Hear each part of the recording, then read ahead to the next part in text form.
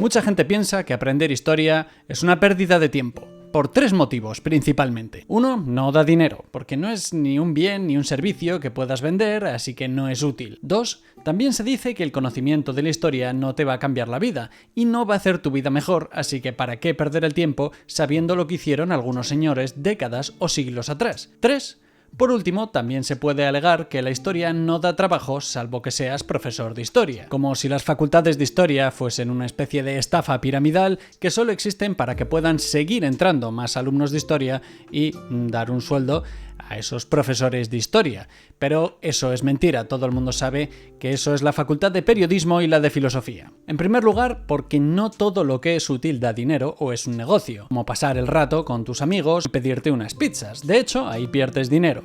No todo tiene que ver con la mentalidad de empresario o de tiburón. Y no he venido aquí a hablar de la inserción laboral de los estudiantes de historia, sino que efectivamente es importante y útil saber historia, tener conocimiento de nuestro pasado, y eso sí que puede hacer tu vida mejor. No hace falta que te matricules en una facultad si no te interesa tanto la historia, pero al menos tener la curiosidad de aprender un poquito de esta disciplina sí que puede ser importante. Así pues, en este vídeo vamos a ver 10 motivos por lo que es importante aprender historia. Y van más allá que esta frase hecha y bastante repetida de si un pueblo no conoce su historia, está condenado a repetirla. Está claro que no aprendemos de nuestros errores, no aprendemos del pasado y repetimos constantemente la historia. Así que, desde luego, para esto nos sirve porque nadie lo aplica.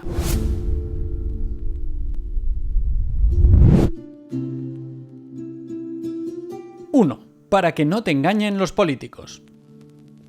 España es una gran nación. Es la nación más antigua de Europa.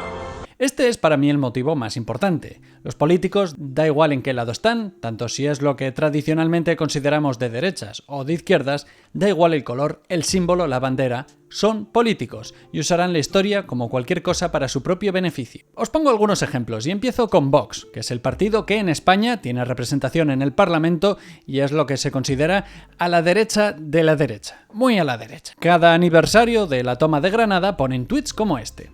No queremos ni debemos olvidar que hace hoy 531 años de la toma de Granada por las tropas españolas de los Reyes Católicos, culminando 8 largos siglos de reconquista contra el invasor musulmán. Hashtag Toma de Granada. Vamos que hacen un uso político de un acontecimiento histórico para defender lo que ellos consideran España y, bueno, simplifiquen la idea de la reconquista como si fuesen 8 siglos de musulmanes contra cristianos. Hubo periodos de paz y hubo alianzas entre unos y otros para enfrentarse entre unos y otros. Por no mencionar que los académicos e historiadores llevan años partiéndose la cara sobre si es correcto o no el uso de la palabra reconquista, o incluso si se puede hablar de España y tropas españolas entonces, pero a ellos el debate historiográfico sobre este tema, que lo representa gente más versada en esta materia que ellos, les da igual. Ellos tan solo quieren votos. De la misma manera que Vox decidió retirar un busto de Abderramán III en Cadrete, Zaragoza, porque decía que fomentaba la división. ¿Qué era eso de tener estatuas en honor a invasores?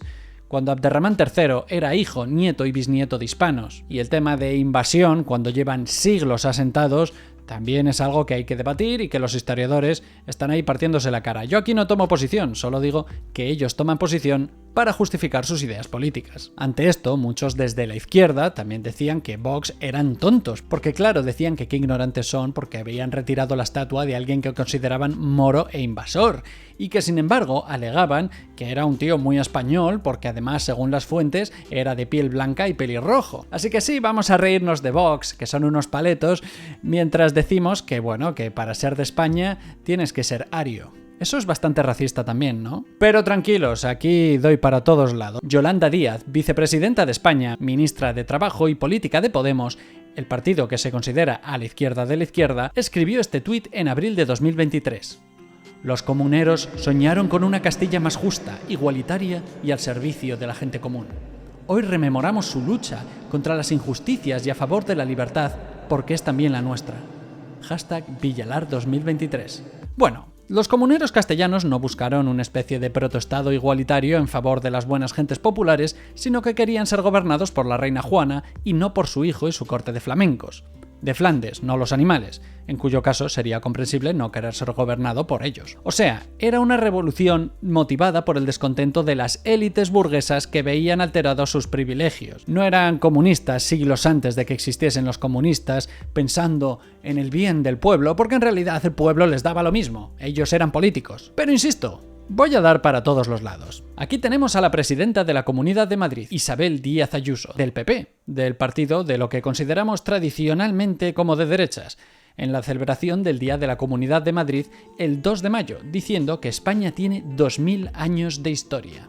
Napoleón estuvo ciego cuando intentó invadir una nación con 2 milenios de historia, desde la romanización, la monarquía visigótica, la España perdida por la invasión musulmana, que nos hace perseverar durante casi 8 siglos para seguir siendo europeos libres occidentales. ¿Cómo era España hace 2 milenios?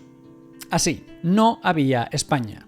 Lo que había era Imperio Romano, o bueno, más técnicamente, República Romana. El imperio no llegó hasta el año 27. En cualquier caso, Antigua Roma. Y me sorprende que ni ella ni el que ha escrito esas frases les suene raro esa afirmación. De la misma manera, los líderes del PP, tanto Rajoy como Feijóo, como Casado, repetían una y otra vez lo de España es la nación más antigua del mundo. Y en primer lugar, eso no es cierto porque se considera que es Etiopía, con más de 3000 años de historia. Y después está Japón, Irán, Armenia. Y tampoco es así del todo porque los académicos e historiadores discuten qué es exactamente el término nación, qué representa y si significa lo mismo para nosotros que para las personas de hace siglos, y si es correcto o no usar el término España. Pero a ellos el debate académico no les importa. Probablemente lo ignoren, probablemente no sepan ni que existen académicos. Lo que es seguro es que España no es la nación más antigua del mundo y los que están aplaudiendo ahí esa arenga, bueno, pues tampoco se cuestionan si les están mintiendo. Aquí, por ejemplo, tenemos a Pedro Sánchez, presidente de España, del PSOE, del partido que consideramos a la izquierda, hablando con el líder de la oposición diciendo que su actuación es calamitosa y patética. Es más que patética, es peripatética. Y más que patético, yo diría, resulta peripatético ir a visitar el país que ostenta la presidencia rotatoria de la Unión Europea para hablar mal de la próxima presidencia española. ¿Y qué es peripatético? Me preguntas tú mientras clavas tu pupila en mi pupila. Peripatético eres tú. O no, depende. Depende de si reflexionas caminando o sentado. Los peripatéticos son los filósofos que seguían los pensamientos de la escuela de Aristóteles y lo hacían reflexionando mientras paseaban. Y es que se dice que el maestro hablaba con sus discípulos mientras caminaba, reflexionando todos mientras andaban con él. Así que aquí tenemos al presidente de España diciéndole al líder de la oposición que es peripatético.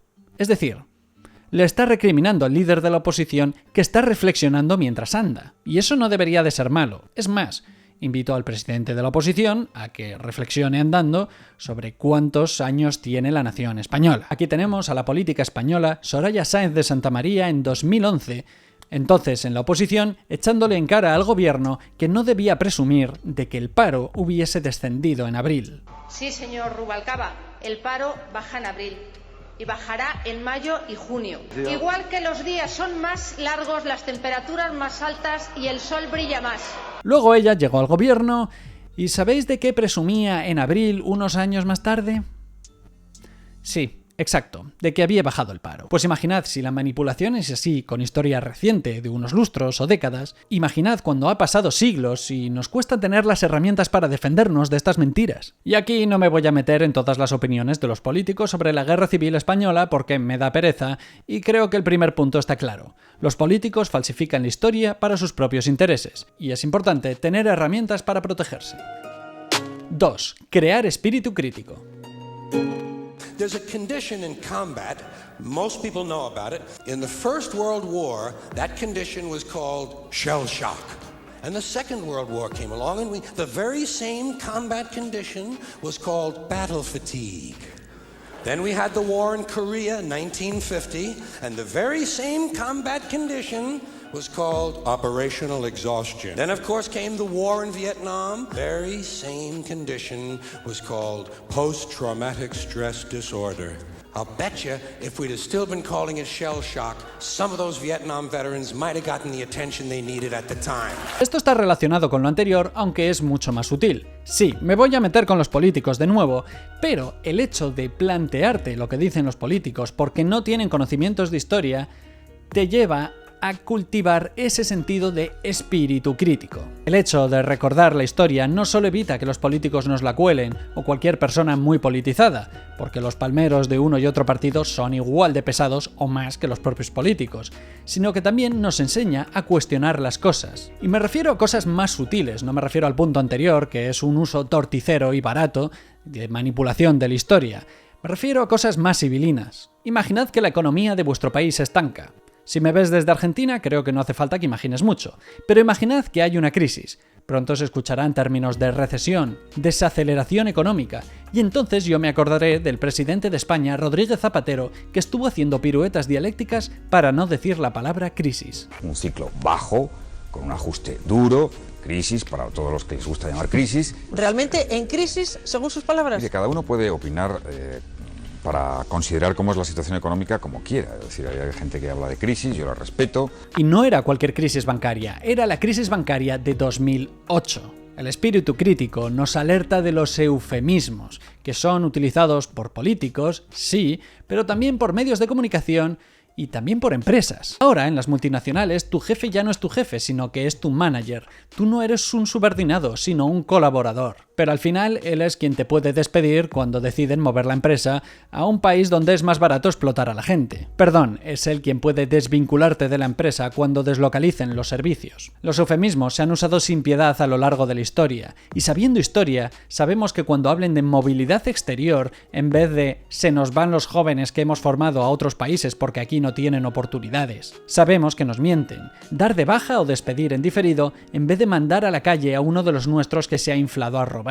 Los eufemismos llevados al extremo es solución final, en vez de asesinato sistemático y masivo de personas. Imagina que tu cuñado en la cena de Navidad dice 3 o 4 frases manidas y que se alimentan de clichés. Que la Edad Media eran tiempos oscuros, que no puede haber personajes de raza negra en God of War porque es de ambientación vikinga y los vikingos no sabían nada de gente que no fuese rubia de ojos azules, que no puede haber mujeres en videojuegos de la Segunda Guerra Mundial, o que la película Gladiador representa muy bien cómo era la vida de los luchadores en la arena, o que el rosa siempre ha sido de chicas, o el pelo largo. Bueno, pues ya sabes que tu cuñado no tiene ni idea de historia, se ha inventado todo porque ha leído un par de tweets o ha pasado una tarde en el cine, probablemente hablando y molestando. O probablemente con esa risa escandalosa, siendo el típico idiota de la sala, que siempre hay uno. Tú ya sabías que tu cuñado no tenía ni idea de historia porque, bueno, es tu cuñado. Nunca cocina, siempre quiere dirigir el cotarro en las barbacoas y luego no friega. Ya sabemos cómo es. Pero si sabes un poco de historia y escuchas un dato de estos, que es raro porque está ampliamente defendido que nada de eso pasaba, bueno, tú ya puedes arquear la ceja y decir, vaya, si se ha inventado esto, ¿qué más se estará inventando?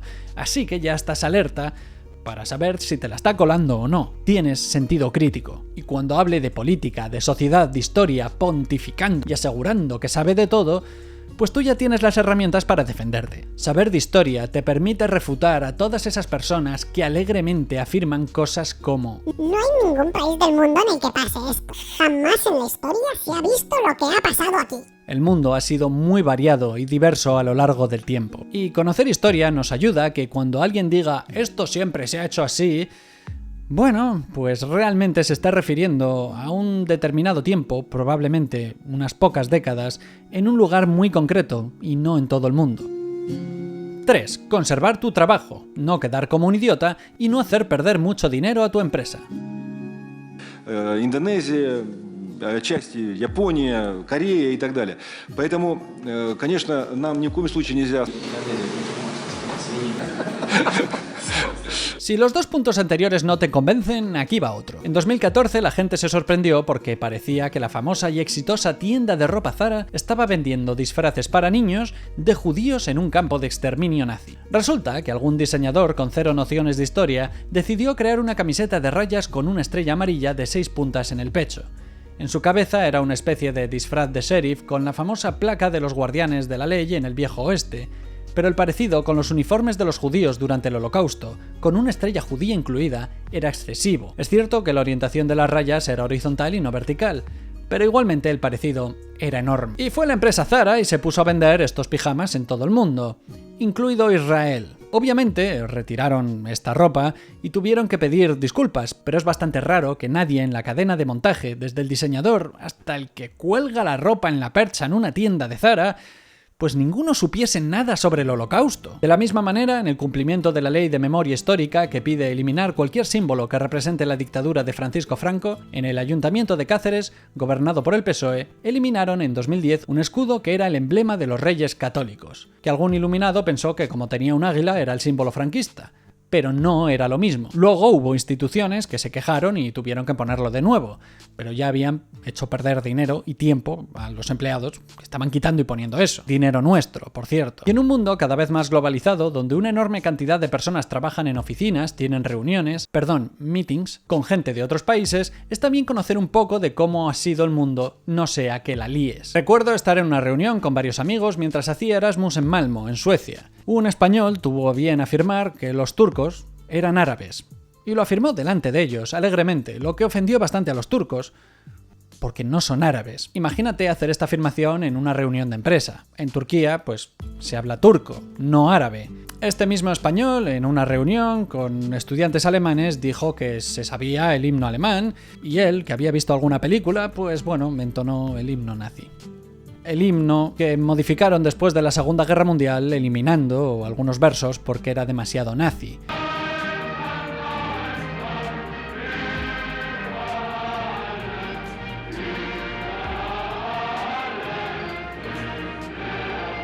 Para los alemanes resultó bastante ofensivo, claro, pero bueno, en honor a la verdad ha habido bastantes competiciones deportivas en las que ha habido este mismo error, así que es importante saber historia para no liarla en tu trabajo, que a lo mejor tu trabajo es estar poniendo himnos en competiciones deportivas. En 2023, tras los ataques de Hamas a Israel que acabaron con la vida de cientos de civiles, Italia decidió solidarizarse con Israel, proyectando su bandera en un monumento histórico. El monumento elegido fue el Arco de Tito, construcción creada en el 79 después de Cristo por parte del Imperio Romano para celebrar las victorias contra los judíos en el sitio de Jerusalén unos pocos años antes. De hecho, en el propio arco hay recreaciones de los propios romanos saqueando los bienes judíos. Así que sí, saber historia te puede ayudar a no hacer el ridículo. Tener visión de mundo y ser consciente de nuestros sesgos. Por eso, queridas amigas y amigos, no tenemos letra en nuestro himno, porque las letras de los himnos dicen cosas bonitas de la tierra a la que cantan. Cosas como esta tierra es la más fértil, nuestras mujeres son las más hermosas y los hombres somos los más valientes. ¿Vosotros creéis que un español puede cantar eso convencido? Seguro que conoces a alguien que dice, como aquí en ningún lado, nuestro país es el mejor, el que más aportaciones ha hecho a la cultura, el que mejor historia tiene, mejor pasado, mejor personajes históricos y filósofos. Seguro que conoces a alguien así, y si no, seguro que conoces a algún francés. Sin embargo, el saber historia de todo el mundo te hace ser consciente de que los grandes logros de la humanidad no se reducen a una nacionalidad, a una raza o a un determinado grupo de personas, sino que, bueno, los grandes logros de la humanidad pertenecen a la humanidad. Si los profesores y divulgadores logramos que a la gente le guste la historia, podremos encontrar grandes momentos de la humanidad que a lo mejor se asemejan mucho a la historia que conocemos y lo podemos encontrar a lo mejor en Nueva Zelanda, Canadá o Etiopía. Eso nos ayudará a quitarnos complejos y cuando pensamos que somos los peores en algunas cosas, pues no, siempre hay gente peor. O incluso nos ayudará a lo contrario, oye, a bajarnos un poco del pedestal y si nos creemos muy únicos, pues no. Hay otros muchos sitios en el mundo a lo largo de la historia que habrán tenido logros parecidos o similares. No siempre, por supuesto, habrá excepciones, pero no puedes pensar que todo siempre es mejor en un sitio. Y podemos ser muy buenos, lo que quieras, pero eso no significa que no haya gente también muy buena en otros sitios o en otros momentos de la historia. Yo puedo pensar que la sociedad alemana de la Segunda Guerra Mundial era una sociedad enferma al completo por permitir el Holocausto, pero si descubro personajes como Sophie Scholl, descubriré que hubo jóvenes alemanes que murieron por plantar a un sistema que consideraban injusto. Entonces ya sé que no todos eran así. Y también, aunque yo tenga muy claras mis ideas, pues sabiendo historia, a lo mejor puedo llegar a empatizar con ciertos personajes que yo podría decir, pues yo no actuaría así, pero bueno, vas leyendo historia y te das cuenta que mucha gente como tú, pues reaccionaron de manera que tú consideras contraria a tu moralidad, pero por lo que sea, por el contexto, por el mundo en el que se criaron, pues igual reaccionaron dejándose llevar. La figura del colaborador pasivo ha existido en muchísimos lugares del mundo a lo largo de la historia, en Chile, en Italia, en China. Existe a día de hoy, incluso en nuestras aulas, cuando no reaccionamos ante los casos de bullying. Sabiendo historia, te quitas estereotipos e intentas entender un poquito mejor cómo eran las personas de otros momentos. Y sí, romper clichés también te ayuda mucho a abrir la mente y a destruir tus sesgos. ¿Piensas que Gandhi debe ser citado siempre porque es un ejemplo a seguir y un líder de la paz?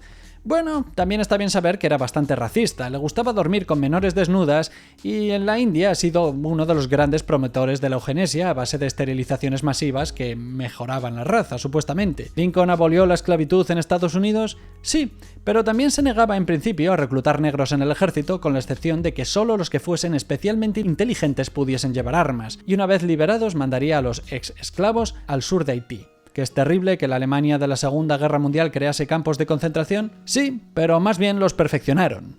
No sé si es el término correcto. Ya los usaron los ingleses en África del Sur en el siglo XIX, idea que por cierto sacaron de los españoles que los crearon en Cuba. ¿Alguien a favor de la revolución del Che y su manera de entender la vida y la política? Pues hay historiadores que afirman que expresó ideas homofóbicas y estaba a favor de mandar a los gays a campos de trabajo. Y también está bien saber que durante mucho tiempo en la Unión Soviética también se persiguen a los homosexuales. Y sí, también en Palestina, aunque nos identifiquemos con la causa. Sí, me acabo de meter en un pantano yo solito. Pero saber historia te ayuda a replantearte tus sesgos. También ayuda a tocar un poco las narices a los demás. En resumen, no todo es blanco y negro. Te puedes identificar con cierta parte de un país, en un momento histórico, pero no necesariamente con todo. Saber historia te ayuda a que no te identificas 100% con un bando, justificando todo lo que hace, porque entonces básicamente acabas siguiendo el juego de los políticos y los medios de comunicación. Puedes estar a favor de cierto momento histórico o te puede parecer interesante, aceptando las cosas buenas y rechazando las malas. 5. Saber historia te da ideas de negocio. Those executives didn't begin to understand what they were looking at. Never mind a mouse. A mouse.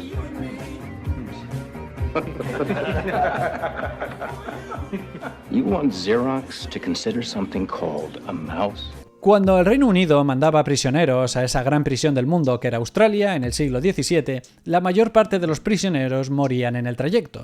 Cuando decidieron que pagarían a los barcos no por los presos mandados, sino por los presos que llegaban vivos, entonces las empresas de transporte mejoraron las condiciones de vida de los navíos. Esto es el mismo razonamiento que usan las empresas que cobran al Estado para rehabilitar gente, ya sea adicciones, terapias, enfermedades o incluso prisiones privadas. Al principio lo importante era el negocio en sí mismo, el quitar clientes o quitar pacientes al Estado. Luego hubo empresas que decidieron mejorar su servicio a base de poder devolver a la sociedad gente recuperada. Así que igual tú, como empresario, puedes buscar situaciones análogas a la que estás tú atravesando con tu empresa y ver qué puedes aprender.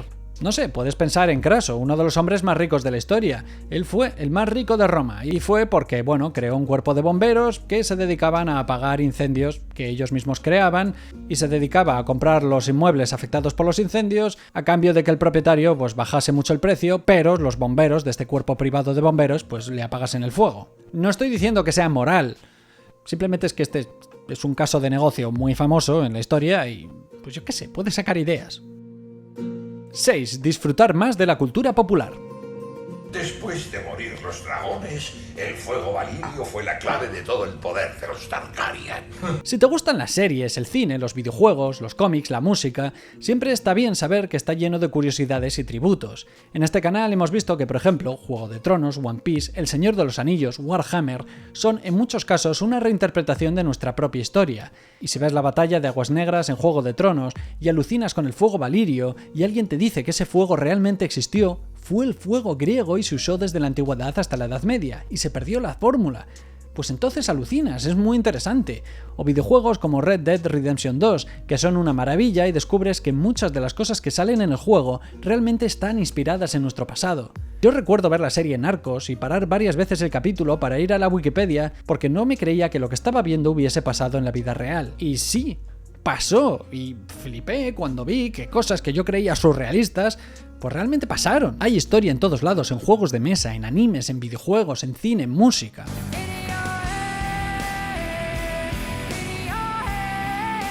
Si Si una canción te gusta, como Zombie de Cranberries, y luego descubres que te está describiendo la insostenible situación en Irlanda del Norte durante casi todo el siglo XX, debido al terrorismo, pues yo creo que eso engrandece la canción. Y si ya te transmitía algo, ahora puede que incluso más si sabes de qué va. Mi canal despegó por la explicación del videoclip Deutschland de Rammstein. Mucha gente lo vio y pensó, qué interesante este videoclip, qué bien está hecho, pero ¿de qué va? Y entonces ahí tenían mi vídeo. Y mi vídeo les ayudó. Y también me ayudó a mi canal. 7. Crear contenido. Visited England for the first time, and we came to Hadrian's Wall, and I tried to imagine what it was like to be a Roman legionary on the edge of the world, and who knew what the hell was beyond there, and you were like the last outpost of what they thought of as the civilized world, and they made very well. I thought they were monsters or demons. Of course, we know that what was actually beyond there were Scotsmen, and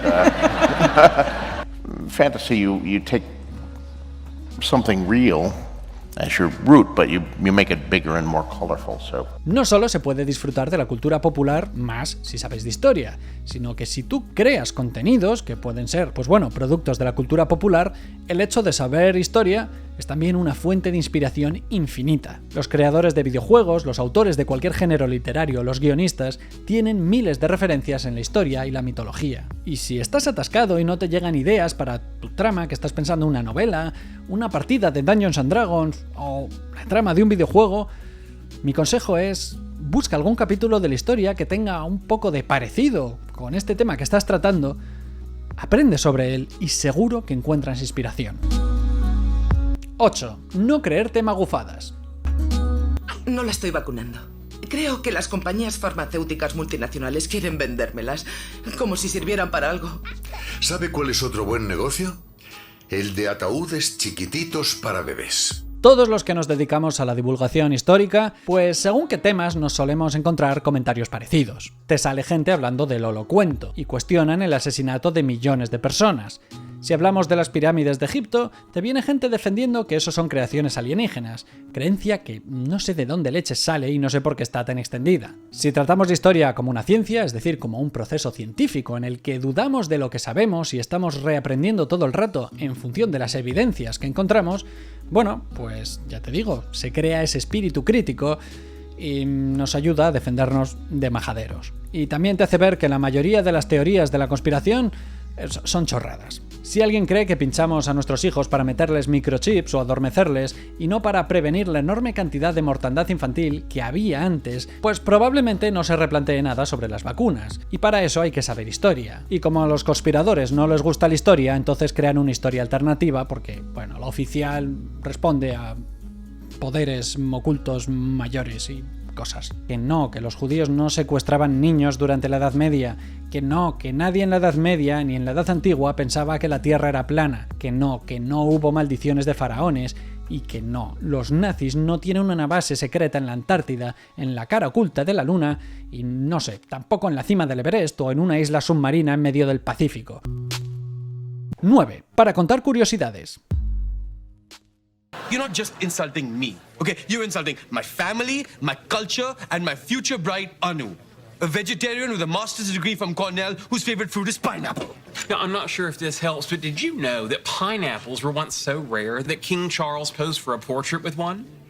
How does that help? Well, it helped me. I've been trying to slide that into a conversation for years. Imagínate que, vas a cenar por primera vez con los padres de tu pareja y hay un silencio incómodo y no sabes de qué hablar. Siempre puedes sacar ciertos temas de conversación. ¿Sabías que al final de la Primera Guerra Mundial, los ciudadanos de Dresde, en Alemania, sufrían tal desabastecimiento que se comieron el elefante del zoo? Es un tema como cualquier otro. Vas a una primera cita y siempre puedes sacar temas como este. ¿Sabías que durante siglos los pelirrojos han estado mal vistos porque según la tradición Judas, el que traicionó a Jesús, era pelirrojo? ¿Sabías que Suecia se dedicaba a esterilizar a gente hasta bien entrados los años 70 y es uno de los países que más lejos ha llegado con la eugenesia? ¿Sabías que en el siglo IX un vikingo llamado Sigurd el Poderoso murió por culpa de su enemigo al que había decapitado? Resulta que ató la cabeza de su enemigo al caballo, pero se rozó con los dientes de la cabeza decapitada y se hizo una herida en la pierna, se infectó y murió. ¿Sabías que en las sagas nórdicas describen algunos vikingos con los apodos de pedo letal o pene de mantequilla? datitos. Pero este tipo de datos, que son curiosidades y, bueno, depende en qué momento los puedes sacar o no, te puede llevar a, bueno, ilustrar ese discurso que puedes dar en algún momento. Yo he estado en bodas donde el sacerdote ha decidido comparar la resistencia de las adversidades de una pareja fuerte con la resistencia de los 300 espartanos y los aliados en el paso de las Termópilas.